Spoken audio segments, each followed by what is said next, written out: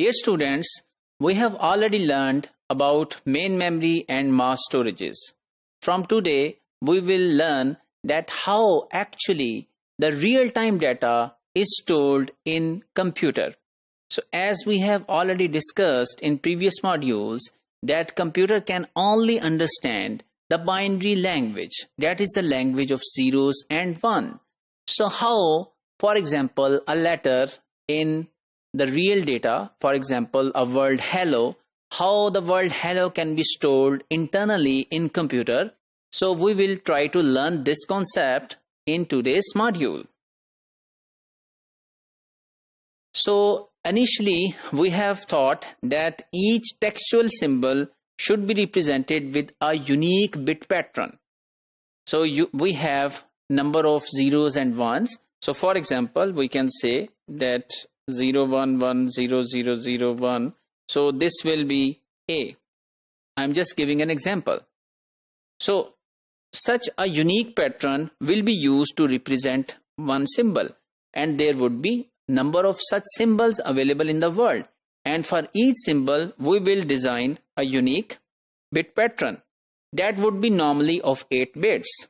So if we want to store virtual university, so we would be stored in 8 bits, I would be stored in 8 bits, and so on. So we have 18 characters in virtual university, including the space in between them. Space is also treated as a character. So we would need 144 bits to store the word virtual university, or you can say we would need 18 bytes to store virtual university internally. So how such codes were developed? In 1940s and 1950s, many such codes were developed by different scientists of the world. And then there is an authority known as American National Standard Institute, ANSI, that has formed American Standards Code for Information Interchange, that is called ASCII, and that is pronounced as ASCII. So that ASCII had 7 bits for information representation, and most significant bit was just 0. So if we have 7 bits, you have learned in the previous modules that if we have 7 bits, we can form 2 raised to power 7 combinations, which are 128. So this means 128 different kind of symbols could be represented, as we have 128 different kind of patterns.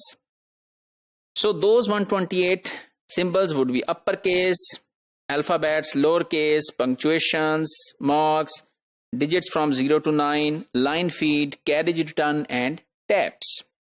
So line feed means you want to say that here is a next line symbol should be inserted, and carriage return means that you want to return your carriage or you turn your cursor to the start of your line.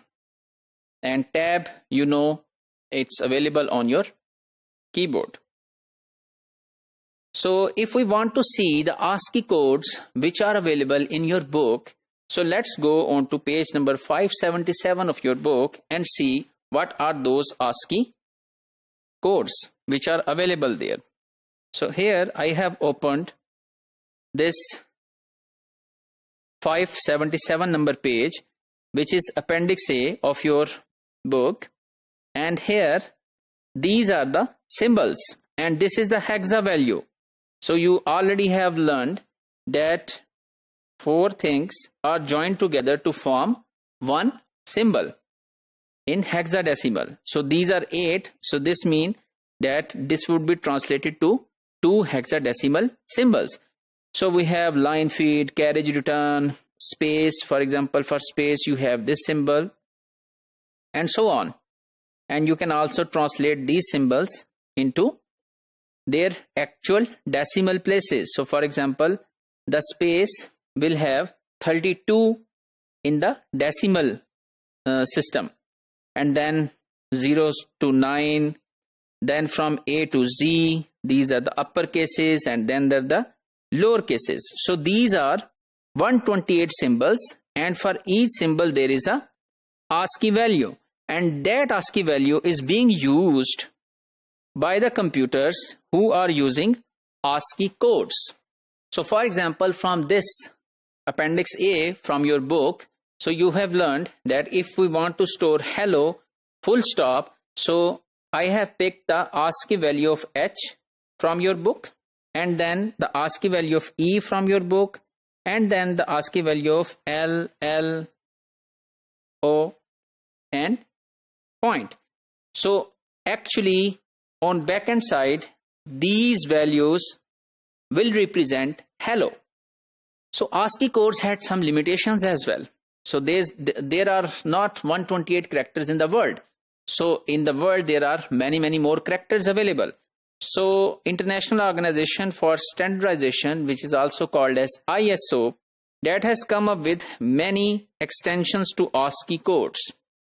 So one to support one Western language and another to support another language, but it has also issues. For example, if we even take 256 letters, so these are still insufficient to donate all language symbols. So actually in the world there are many symbols available, and document having multiple languages could not be read as it should follow a one standard.